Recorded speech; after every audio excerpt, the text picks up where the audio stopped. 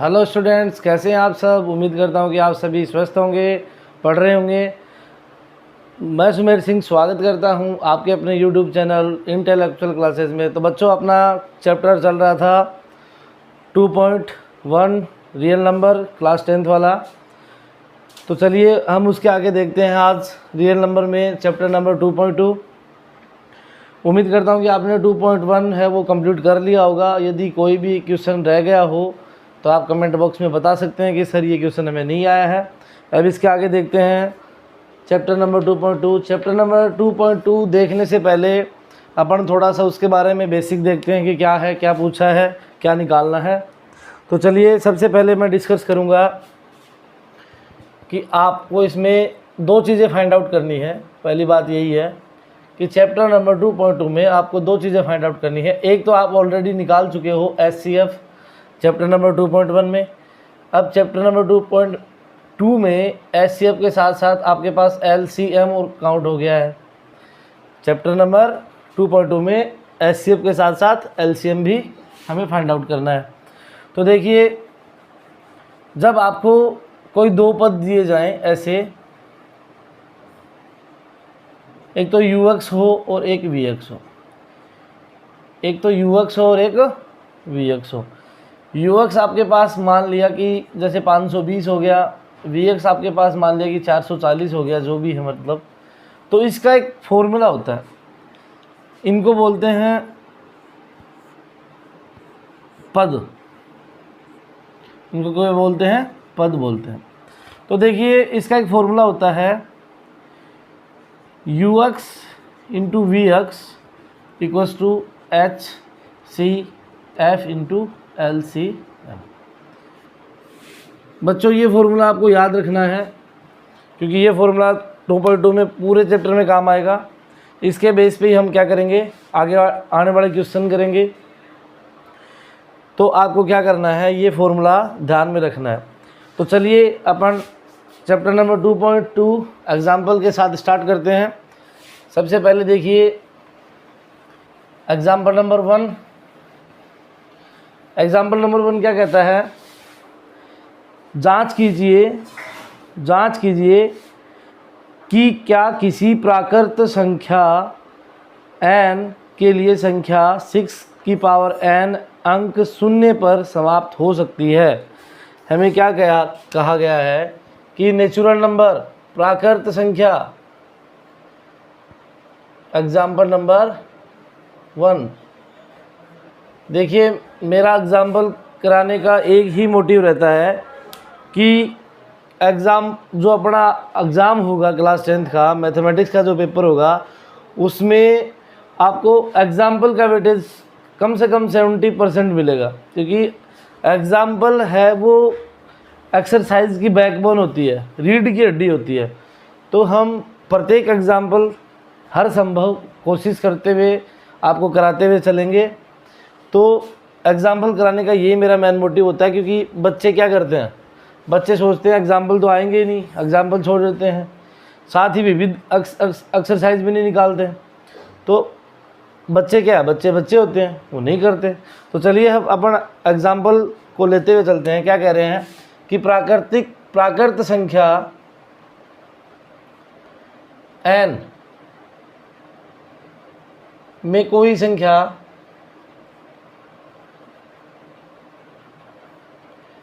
6 to the power n इस प्रकार लिखा जाता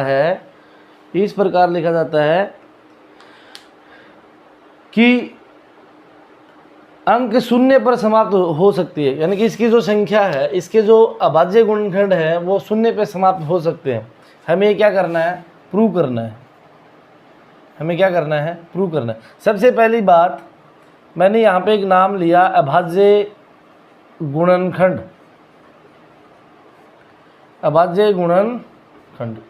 ये जो अभाज्य गुणनखंड है ये भाग विधि से हल किए जाते हैं। समझ में आई बात। अभाज्य गुणनखंड है ये भाग विधि से हल किए जाते हैं। जैसे कैसे बता रहा हूँ मैं, जैसे मेरे पास 505 है, तो मैं इसके अभाज्य गुणनखंड निकालना चाहूँ। कहने का मतलब क्या है कि इसके टुकड़े निकालने मेरे को। तो देखिए क्या करूँगा मैं, 505 में 5 का डिवाइड करूँगा, क्या आएगा 1 0, यहाँ पे 0 बचा, ये 0 आ गया इधर, ये 5, ये 1, यानी कि 101 बचेगा। फिर 101 में किसका डिवाइड जा रहा है पूरा पूरा, 101 में किसका डिवाइड जा रहा है, 101 में किसी का नहीं जाएगा क्योंकि 101 में ही जाएगा, 101 में 101 का ही डिवाइड जाएगा। तो इसके जो 505 के जो अभाज्य गुणनखंड हो गए वो क्या हो गए 5 × 101, यानी कि मैं इसको ऐसे लिख सकता हूँ। तो अब इधर देखिए यही कहना चाह रहा है क्या कि इसको अभाज्य गुणनखंडों के रूप में व्यक्त किया जा सकता है। तो देखिए कैसे है,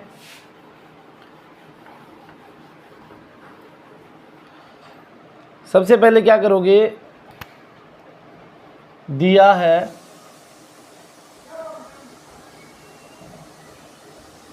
गिवन दैट,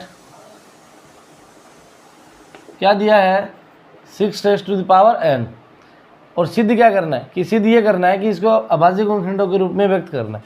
तो देखिए मेरे को ये बताइए कि जो यहाँ पे ये 6 है इसको मैं कितने तरीके से रिप्रेजेंट कर सकता हूँ, 2 × 3, 6 है इसको मैं 1 × 6, बस ऐसी संख्या के रूप में व्यक्त करना है। लेकिन अब क्या होगा अभाज्य गुणनखंड में, अभाज्य गुणनखंड जब हम करते हैं, ये आपके द्विघात समीकरण का चैप्टर है, वो जो अगला चैप्टर है आप पढ़ेंगे अलजेब्रा वाला, उसमें आपके बहुत सारे क्वेश्चन ऐसे हैं। तो देखिए इसमें क्या होता है कि इसको ऐसे टुकड़ों में तोड़ना है कि इनका मल्टीप्लाई करें तब तो 6 हो जाए और इनको जोड़े तो 5 आ जाए। बात समझ आ रही कि नहीं, क्योंकि इसका जो शून्य अंक बता रहा है वो 5 से बड़ा नहीं होना चाहिए। तो देखिए ऐसी यही तो संख्या बची, मतलब हमारे पास यही एक ऑप्शन बचा है जिसको हम क्या कर सकते हैं, फैक्टराइज कर सकते हैं। इसके फैक्टर कर दिए मैंने, 2 और 3 इसके फैक्टर हैं। तो देखिए 6 की पावर n इक्वल्स टू 2 × 3 की पावर n। इसको यदि मैं आगे और सोल्व करूँगा तो क्या हो जाएगा 2 की पावर n × 3 की पावर n। ये हैंस प्रूफ, ये हो गया, ये क्वेश्चन था। इसलिए हम क्या कर रहे हैं कि 6 की पावर n है उसको 2 की पावर n × 3 की पावर n में रिप्रेजेंट कर सकते हैं। आपका एग्जाम्पल नंबर 1 हो गया। कहने का मतलब क्या है कि इस चैप्टर में हमें दो ही काम करने हैं। एक तो जो आपको संख्या दी जाएगी, आपको जो संख्या दी जाएगी उसका HCF और LCM निकालना है, और जो संख्या दी जाएगी उन दोनों का गुणनफल HCF और LCM के गुणनफल के इक्वल होना चाहिए। एक काम तो ये करना है। एक काम क्या करना है कि आपको इसमें HCF दे देगा, LCM दे देगा, एक संख्या दे देगा, दूसरी पूछ लेगा। कहने का मतलब मैं क्या कह रहा हूँ, इधर देखिए कि आपको UX दे दिया जैसे 10 दे दिया, VX दे दिया आपको जैसे 25 दे दिया, LCM दे दिया जैसे आपको 125 दे दिया। तो आपसे पूछेगा कि HCF फाइंड आउट कीजिए। तो भैया आप आराम से कर सकते हो ना, क्योंकि आप जानते हो, क्या जानते हो आप कि UX × VX equals to HCF × LCM। आपको ये फॉर्मूला पता है, आपको फॉर्मूला पता है, 3 वैल्यू दे रखी है, एक याद करनी है। तो बड़ा इजी है, देखिए कैसे। UX कितना दे रखा है 10, VX कितना दे रखा है 25 इक्वल्स टू HCF हमें निकालना है। तो HCF को मैं x लेट कर लेता हूँ, HCF को मैं क्या कर लेता हूँ x लेट कर लेता हूँ, तो ये x आ जाएगा इंटू LCM कितना दे रखा है 125। तो देखो क्या हो जाएगा, ये कितना हो जाएगा 250, 25 10 जा 250 इक्वल्स टू 125x। यदि 125x तो x की वैल्यू क्या जाएगी 250/125। 125 का यदि डिवाइड करेंगे 250 में तो 2 बार डिवाइड हो जाएगा, तो x की वैल्यू क्या आ जाएगी 2। तो कहने का मतलब क्या है, यदि हमें एक पद दिया हो, दूसरा पद दिया हो, LCM दिया हो, HCF याद करना हो, तो हम ऐसे याद कर सकते हैं। देखिए यहाँ पे HCF दे के मान लो कि अब की बार यहाँ पे आपको LCM नहीं दिया और HCF दे दिया 2, क्या दे दिया HCF 2 दे दिया, तब क्या करोगे आप, सेम यही फॉर्मूला अप्लाई करना है। तो चलिए देखते हैं कैसे। देखिए UX कितना 10, Vx कितना 25। अब की बार HCF कितना दिया है 2 दिया है, और LCM को हम क्या कर लेते हैं x लेट कर लेते हैं। ठीक है, तो देखिए क्या हो जाएगा, यदि मैं इसको इधर से काट दूं तो ये 5 बार कटेगा, और ये कितना हो जाएगा 25 5 जा 125। तो अक्स की वैल्यू क्या आ गई, अब अक्स क्या है, अक्स LCM है, तो LCM की वैल्यू क्या आ गई 125। समझ में आ गई बात। चलिए अब इस फॉर्मूले के बेस पे अपन एग्जाम्पल करते हैं आगे, और उसके बाद एक्सरसाइज के क्वेश्चन करेंगे। यदि आपको फिर भी कोई समस्या हो तो आप कमेंट बॉक्स में बता सकते हैं। चलिए, अभाज्य गुणनखंड विधि मैंने बताई दी है कि आपको टुकड़ों में क्या करना है, उनको याद करना है। तो चलिए सबसे पहले क्वेश्चन देखते हैं। एग्जाम्पल नंबर 3 देखते हैं। एग्जाम्पल नंबर 3 देखते हैं। अभाज्य गुणनखंड विधि द्वारा एग्जाम्पल नंबर 3 अभाज्य गुणनखंड विधि द्वारा अभाज्य गुणनखंड विधि द्वारा 124 180 और 192 का क्या करना है, HCF and LCM find out करना है, और इसके बाद ओनली HCF और LCM याद करना है। तो चलिए कैसे करोगे, मैंने यहाँ पे बता देता हूँ आपको कि HCF मैंने आपको पहले भी बताया है, highest common factor, highest common factor, highest common factor, और LCM क्या हो जाएगा, लीस्ट कॉमन फैक्टर। कहने का मतलब क्या है कि हाईएस्ट कॉमन फैक्टर में तो क्या लेते हैं, जो निम्न से निम्न घात होती है उसको लेते हैं, और यानी कि निम्न से जो छोटी से छोटी पावर होती है उसको काउंट करते हैं। और LCM में क्या करते हैं, LCM में क्या करते हैं, जो हाईएस्ट पावर होती है उसको लेते हैं। चलिए LCM और HCF निकालते हैं। भाई भाग विधि क्या होती है आपको पता ही होगा, इधर सॉल्यूशन कर रहा हूँ मैं। 124 भाग विधि ये होती है, कितने का डिवाइड जा रहा है, 2 का जा रहा है, कितनी बार जा रहा है, यदि 2 का डिवाइड 4 में करेंगे तो 2 बार जाएगा, इधर के कितने बार चला जाएगा, 2 बार। फिर 2 का जा रहा है 36, फिर 2 का जा रहा है 18, फिर 2 का जा रहा है 9, अब 3 का जा रहा है इधर 3, अब इधर फिर से 3 का 1। समझ में आई बात। 124 का हो गया, फिर कितना करना है 180 लगाओ, 2 का डिवाइड 90, 3 का डिवाइड 2 का डिवाइड जा रहा है ना 45। सबसे पहले सबसे छोटी संख्या का डिवाइड करना है, फिर उससे बड़ी, फिर उससे बड़ी, फिर उससे बड़ी। अब देखिए यहाँ पे 45 में 5 का भी जा रहा है और 3 का भी जा रहा है, लेकिन तरीका क्या है करने का, मेथड क्या है कि सबसे पहले छोटी संख्या, फिर उससे बड़ी, फिर उससे बड़ी, फिर उससे बड़ी, जब तक इसका रिमाइंडर 1 नहीं आ जाए। तो चलिए 3 का देंगे क्या आ जाएगा 15, फिर 3 का देंगे 5, इधर क्या बचेगा 5 1। एक और कौन सा है 192, 192 में किसका जाएगा, 2 का डिवाइड चला जाएगा, क्योंकि लास्ट में क्या है इवन नंबर। 2 का देंगे तो क्या आएगा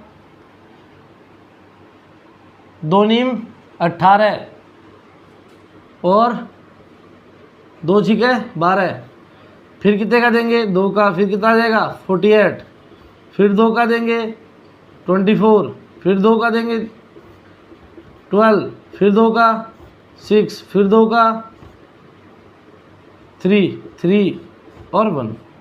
अब देखिए हमें क्या करना है, हाईएस्ट कॉमन फैक्टर निकालना है और लीस्ट कॉमन फैक्टर निकालना है। क्या निकालना है, हाईएस्ट कॉमन फैक्टर निकालना है और लीस्ट कॉमन फैक्टर निकालना है।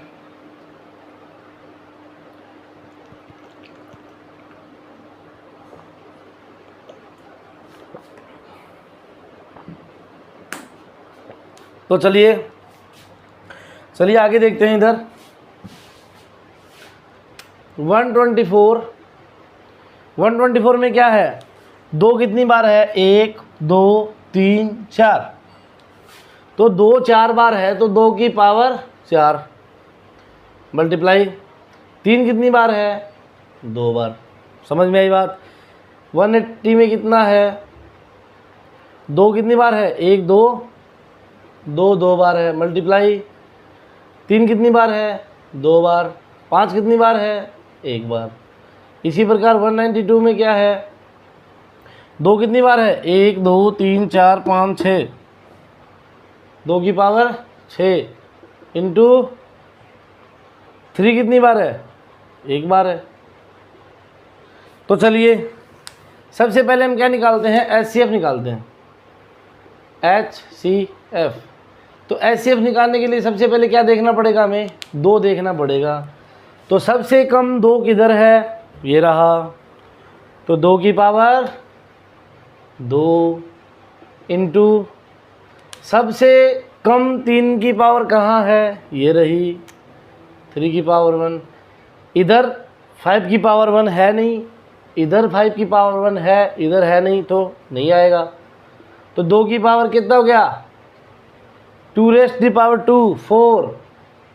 क्यों, क्योंकि 2 की पावर 2 का मतलब क्या है, 2 इंटू 2, तो ये क्या हो जाएगा 4 इंटू 3 की पावर 1 इंटू 3, तो ये क्या हो गया 12 हो गया। HCF तो अपना क्या आ गया, 12 आ गया। इसी प्रकार LCM क्या हो जाएगा, LCM में क्या करते हैं, जहाँ भी इनमें कॉमन आ रहा है उसकी हाईएस्ट पावर को लेते हैं। तो देखिए हाईएस्ट पावर क्या है, इधर 2 की पावर 4 है, इधर 2 की पावर 2 है, इधर 2 की पावर कितनी है 6, तो क्या आ जाएगा 2 की पावर 6।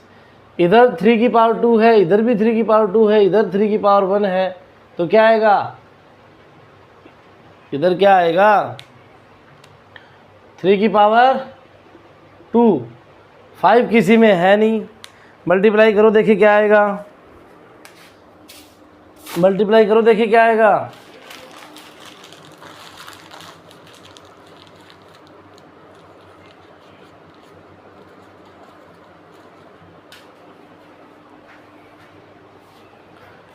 और 180 में क्या बचा हुआ है, एक अकेला इंटू 5 की पावर 1, क्योंकि भाई इधर किसी में भी नहीं है तो वो तो लेंगे ही ना। तो इसका मल्टीप्लाई करोगे तो क्या आएगा, 2 की पावर 6 का मतलब क्या है, 2 इंटू 2 इंटू 2 इंटू 2 इंटू 2, 2 दूनी 4 दूनी 8 दूनी 16 दूनी 32 दूनी 64, 64 इंटू 9 इंटू 5। इन सभी को यदि आप मल्टीप्लाई करोगे तो 2 8 0, तो ये आपका HCF हो गया, ये आपका LCM हो गया, ये आपका आंसर है। यदि आपके एग्ज़ाम में ये क्वेश्चन आता है 1 नंबर में तो आपको यहाँ तक करना पड़ेगा। बात समझ में आई। चलिए ये तो हो गया अभाज्य गुणनखंड विधि, फैक्टराइज मेथड। इसके बाद हम अपन अगला एग्जाम्पल करते हैं, इसके बाद अपन एग्जाम्पल करते हैं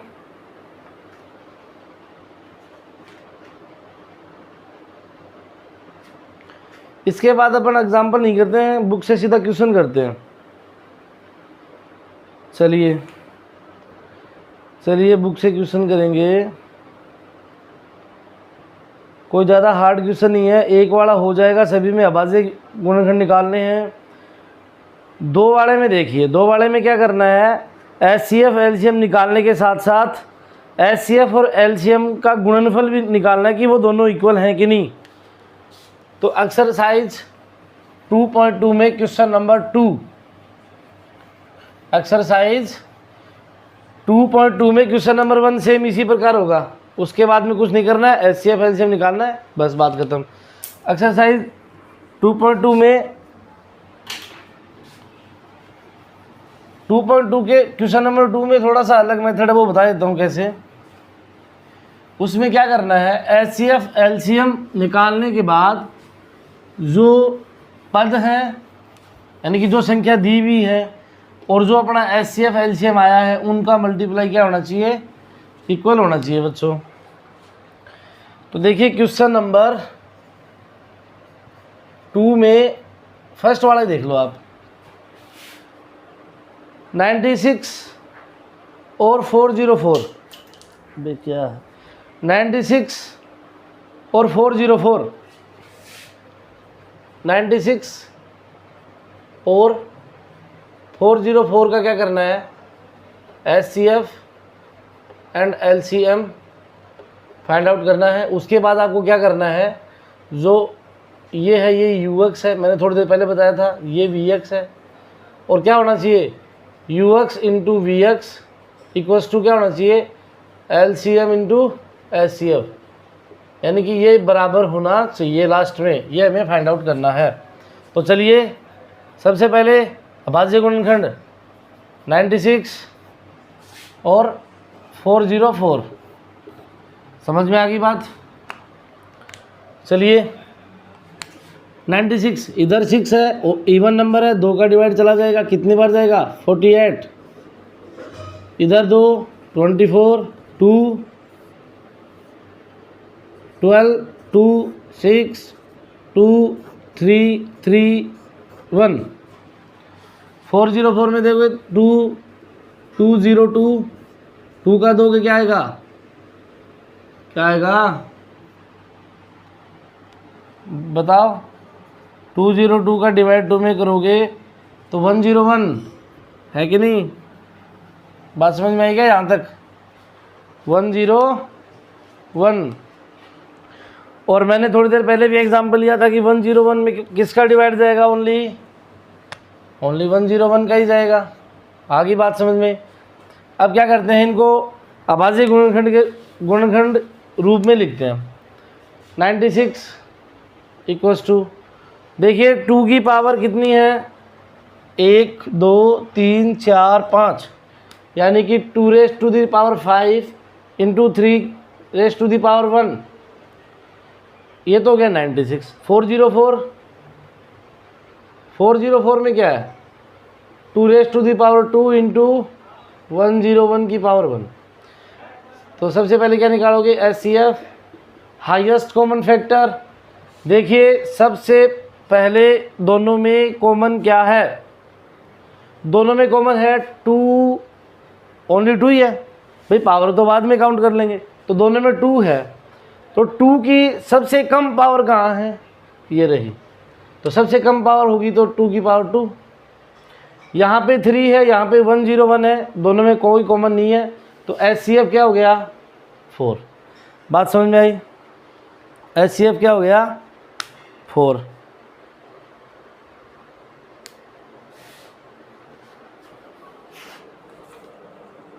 HCF तो अपना 4 हो गया भाई, LCM क्या लेंगे फिर, LCM बताओ। तो देखिए LCM में क्या करते हैं, हाईएस्ट पावर को काउंट करते हैं। LCM में हाईएस्ट पावर सबसे पहले देखिए 2 की पावर 5 है, ठीक है, फिर क्या है, फिर क्या है, 3 की पावर 1 है, फिर क्या है, 101 है, तो क्या हो जाएगा, 2 की पावर 5, 2 की पावर 5 को सोल्व कर लो इधर, 2 इंटू 2 इंटू 2 इंटू 2 इंटू 2, 3 2 5, 2 दूनी 4, दूनी 8, दूनी 16, दूनी 32, 32 गुना 3 इंटू 101। आप इसको मल्टीप्लाई करो तो क्या आएगा, ये हो जाएगा 66 इंटू 101। टोटल आप यदि इसको मल्टीप्लाई करोगे तो ये क्या आएगा, 9696। यहाँ तक आपको सेम काम करना है, यहाँ तक आपको सेम काम करना है। अब इसके आगे देखिए, यदि हम ux और vx जो हमने माने हैं, जो हमने अज्यूम करे हैं, ux और vx, तो अब हमें लास्ट इसमें क्या फाइंड आउट करना है कि ux और vx को मल्टीप्लाई करो, यानी कि 96 और 404। नाउ 96 इंटू 404, तो ये किसके इक्वल आना चाहिए? 9696। तो चलिए बच्चों मल्टीप्लाई करते हैं इधर, 404 इंटू 96। समझ में आई बात? ये कार्य रफ का है, आप बोर्ड की कॉपी में जहाँ सॉल्यूशन कर रहे हो वहाँ पे कार्य नहीं करना है, आपको कॉपी के पीछे कार्य करना है। तो चलिए 6 4 जा 36, 36 का 6, बचा कितना? 3। यहाँ पे 6 की मल्टीप्लाई 0 से करेंगे तो 3 आ जाएगा, क्योंकि 0 हो जाएगा। 6 चौको 24 इंटू 9 4 जा 36, 3 बचा, 3 आ गया। 9 4 जा 36, तो 6 9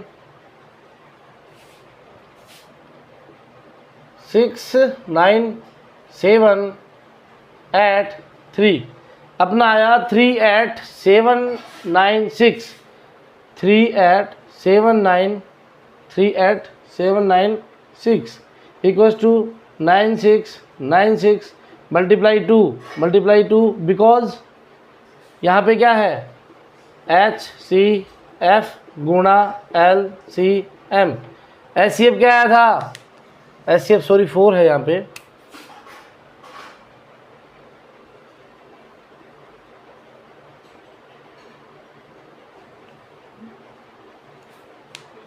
ये यहाँ पे 4 आएगा बच्चों। 6 4 जा 24, 24 तो यहाँ पे 2 आएगा, फिर यहाँ पे 6 4 जा 24, ठीक है।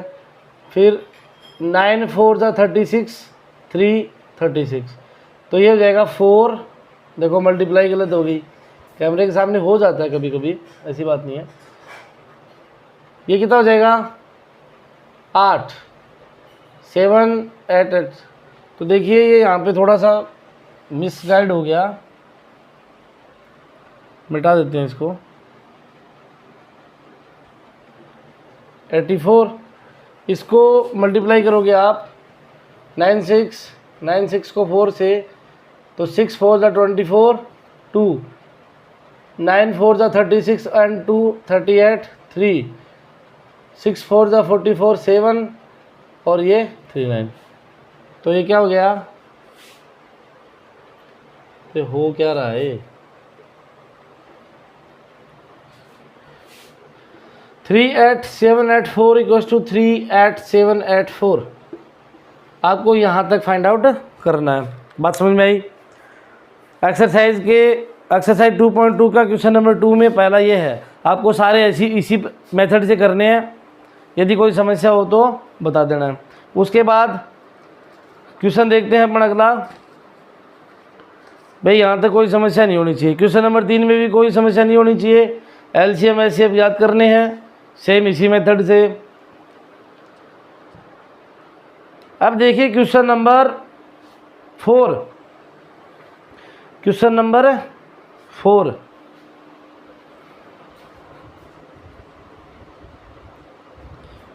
क्वेश्चन नंबर 4 देखिए।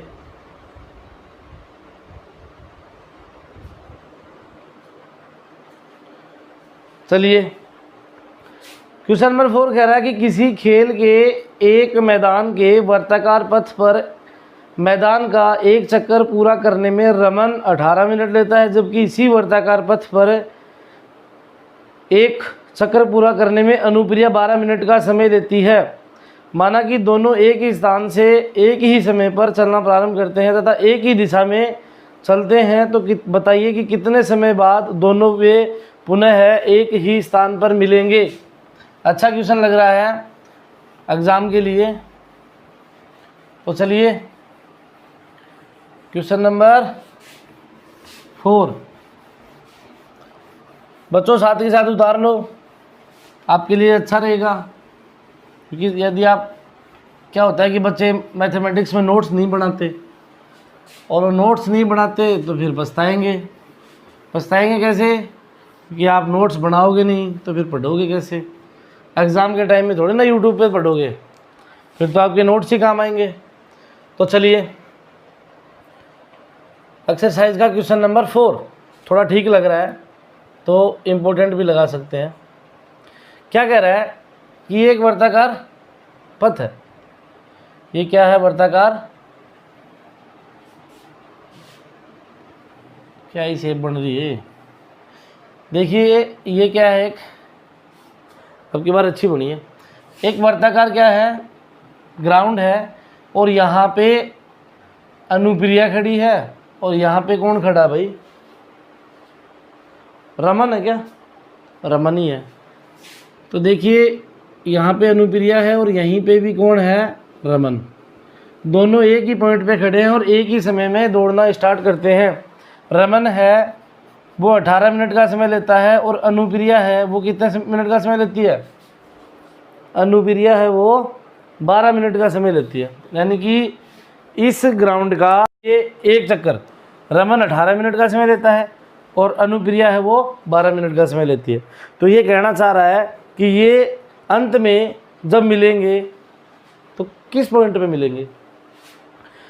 तो कहने का मतलब क्या है कि ये अपने हिसाब से मैक्सिमम टाइम ही लेंगे, यानी कि एलसीएम निकाल लेंगे इनका, क्योंकि अधिकतम टाइम ही तो लेंगे। तो अधिकतम टाइम लेंगे तो इनका एलसीएम क्या आ जाएगा? फिर निकालो, निकालो भी एलसीएम। एलसीएम निकालो, 18 और 12, 2 9 3 3 3 1 2 6 2 3 3 1। तो देखिए क्या हो जाएगा, यहाँ पे मैं लिख देता हूँ, Raman 18 equals to 2 into 3 raise to the power 2। Anupriya क्या है? 12 मिनट लेती है, और वो किस प्रकार लेती है? 2 की पावर 2 इंटू 3 की पावर 1। हमें क्या निकालना है? एलसीएम निकालना है, क्योंकि ये ज़्यादा से ज़्यादा टाइम लेंगे अपने हिसाब से।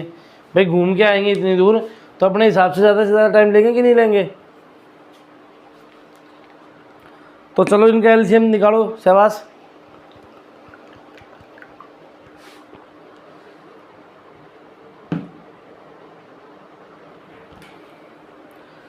टू की पावर 2 इंटू 3 की पावर 2, क्योंकि हाईएस्ट पावर लेनी है। तो 18 में हाईएस्ट पावर कितनी है? 3 की पावर 2। 12 में हाईएस्ट पावर कितनी है? 2 की, 3 की पावर 2। क्या हो जाएगा? 3 रेस टू दी पावर 2, तो 9 इंटू 4 कितना आ जाएगा? 36। तो ये क्या करेंगे, 36 मिनट बाद एक दूसरे से मुलाकात करेंगे। बात समझ में आई कि इन्होंने यहाँ से दौड़ना प्रारंभ करा एक ही पॉइंट से। एक इस चक्कर का 18 मिनट लेता है और एक इस चक्कर का 12 मिनट लेता है। तो कहने का मतलब क्या है, ये अपने हिसाब से दौड़ कर रहे हैं, तो ये अपने हिसाब से ही समय लेंगे, और वो समय अपन अधिकतम मानते हुए चलते हैं, और अधिकतम मानते हुए चलते हैं तो उनका एलसीएम फाइंड आउट करते हैं। ठीक है, तो एलसीएम हमने फाइंड आउट कर लिया, 18 का 12 का 3 की पावर 2 इंटू 2 की पावर 2, टोटल कितना आ गया? 36। तो कहने का मतलब क्या हो गया कि ये 36 मिनट बाद है वो एक स्थान पे मिलेंगे। चलिए इसके आगे देखते हैं।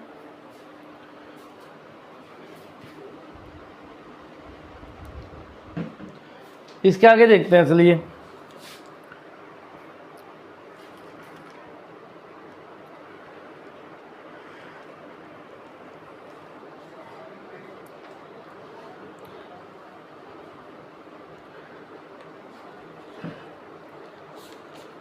कल की क्लास में आपका चैप्टर है ये कंप्लीट तो नहीं होगा, 2 दिन और लग जाएंगे, यानी कि 2 लेक्चर और लग जाएंगे इसमें, एक कल का और एक आने वाले दिन का। इसमें आपका चैप्टर कंप्लीट हो जाएगा। इस चैप्टर से संबंधित जो भी आपको मतलब जो अच्छे क्वेश्चन होंगे, जो मोस्ट क्वेश्चन होंगे, उनकी पीडीएफ बनाकर मैं आप अपना जो चैनल का टेलीग्राम है उस पर मैं अपलोड कर दूंगा, आप वहाँ से जाके वो PDF डाउनलोड कर सकते हैं, अपने आप को प्रत्येक क्वेश्चन के लिए तैयार कर सकते हैं। तो चलिए, इसमें लास्ट क्वेश्चन आपका 5वां, उम्मीद करता हूँ ये हो जाएगा। इसमें LCM निकालना है और कुछ नहीं है, इसमें LCM निकालना है और कुछ नहीं है। देखिए क्वेश्चन क्या है, फिर भी मैं बता देता हूँ, थोड़ा सा हिंट दे देता हूँ। एक संगोष्ठी में हिंदी, अंग्रेजी और गणित में भाग लेने वाले प्रतिभागियों की संख्या दे रखी है। चलिए देखते हैं। Question number 5, chapter number 2.2। ये क्वेश्चन भी मेरे को ठीक लग रहा है। तो चलिए, क्या कह रहा है कि एक संगोष्ठी है, संगोष्ठी मतलब एक प्रोग्राम है स्कूल के अंदर, उसमें हिंदी, इंग्लिश और मैथ, इसमें कौन कौन कितने कितने बच्चे भाग ले रहे हैं। देखिए, हिंदी में 60, इंग्लिश में 84 और मैथमेटिक्स में 108 बच्चे भाग ले रहे हैं। समझ में आ गई बात? ठीक है, आगे देखिए। यदि प्रत्येक कमरे में बराबर संख्या में है, यदि प्रत्येक कमरे में बराबर संख्या में एक ही विषय के प्रतिभागी बैठाए जाते हैं तो आवश्यक कमरों की न्यूनतम संख्या, अब देखिए यहाँ पे न्यूनतम संख्या यानी कि HCF, अधिकतम LCM, न्यूनतम HCF। तो सबसे पहले क्या करोगे, इनका HCF निकालोगे। बात समझ में आ गई? क्वेश्चन में आपको ये ध्यान में रखना है कि जो अधिकतम होता है वो LCM होता है और जो न्यूनतम होता है वो HCF होता है। तो सबसे पहले क्या करोगे, 684 और 108 का HCF निकालोगे। HCF निकालोगे, उस HCF से आपको क्या पता लगेगा, उस HCF से आपको पता लगेगा कि प्रत्येक कमरे में कितने बच्चे बैठाने हैं। समझ में आ गई बात? यानी कि वहाँ से हमें ये पता लग जाएगा कि एक कमरे में कितने बच्चे बैठाने हैं। फिर बच्चे कितने हैं इनको जोड़ देंगे और जितने भी एक कमरे में बैठे उसका भाग दे देंगे, आ जाएगा आंसर। तो चलिए मैं बता ही देता हूँ, अच्छा क्वेश्चन है एग्ज़ाम के पॉइंट ऑफ व्यू से। तो चलिए सॉल्यूशन देखते हैं। सॉल्यूशन सबसे पहले क्या लिखोगे,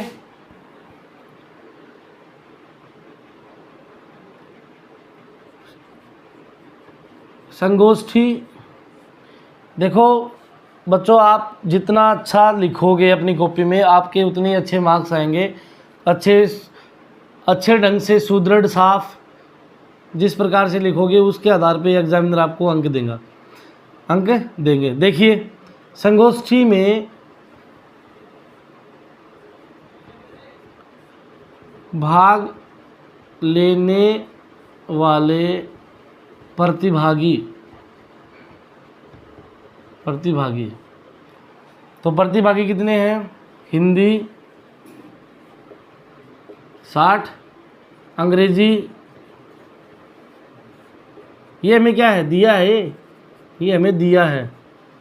अंग्रेजी में कितने हैं 84 और मैथ में कितने हैं, गणित 108। अब ये क्या कह रहा है, अतः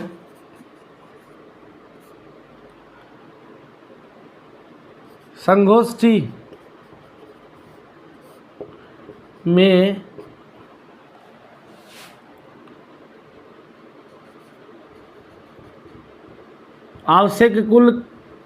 आवश्यक संगोष्ठी में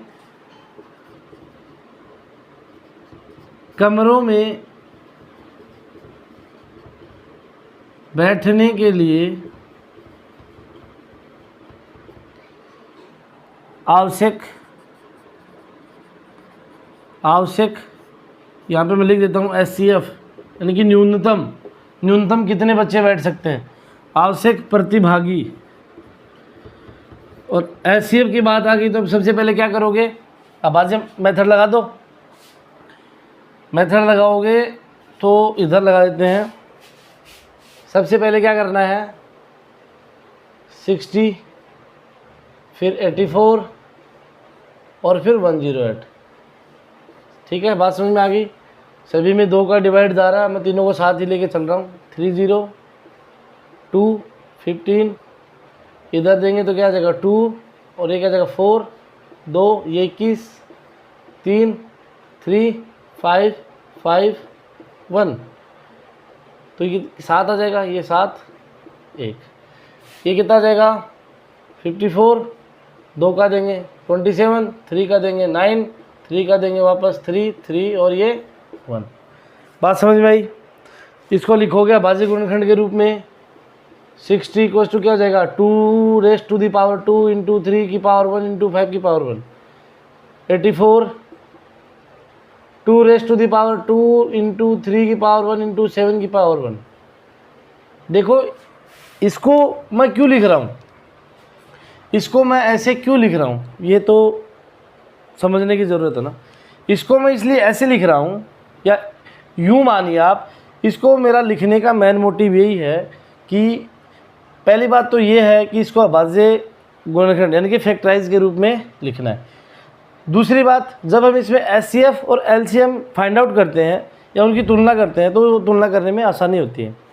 तो चलिए, क्योंकि एचसीएफ में क्या करते हैं, जो भी कॉमन आता है उसकी न्यूनतम पावर लेते हैं, और जो भी एलसीएम में क्या करते हैं, जो भी कॉमन आता है उसमें हाईएस्ट पावर लेते हैं, और जो पद अकेला बच जाता है उसको भी काउंट कर लेते हैं।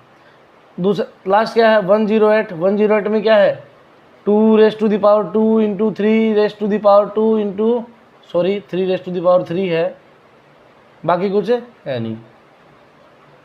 तो चलिए आप बताइए एचसीएफ क्या आएगा। देखिए 2 raise to the power 2, 2 raise to the power 2, 2 raise to the power 2 सभी में है। तो चलिए एचसीएफ क्या हो जाएगा फिर, एचसीएफ क्या हो जाएगा 2 रेस्ट टू द पावर 2 तो हो गया sure, into 3 rest to the power 1, 3 rest to the power 1, 3 rest to the power 1, सभी में 3 rest to the power 1 common आ रहा है तो 3 रेस्ट टू द पावर 1, ये क्या हो जाएगा 4, ये क्या हो जाएगा 3, आ गया 12।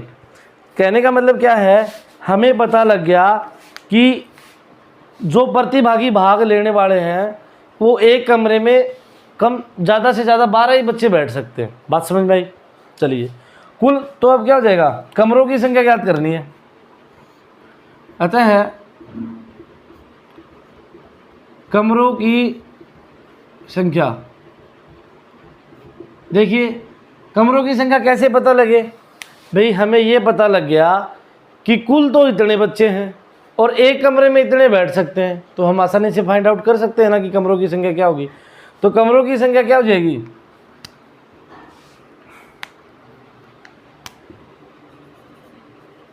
कुल प्रतिभागी बटे एक कमरे में बैठने वाले प्रतिभागी, कुल प्रतिभागी बटे एक कमरे में बैठने वाले प्रतिभागी। तो देखिए क्या हो जाएगा कमरों की संख्या, फिर कुल प्रतिभागी कितने हैं भाई, इनको ऐड कर लेते हैं अपन, 60 प्लस 84 प्लस 108 अपॉन 12, तो क्या आ जाएगा,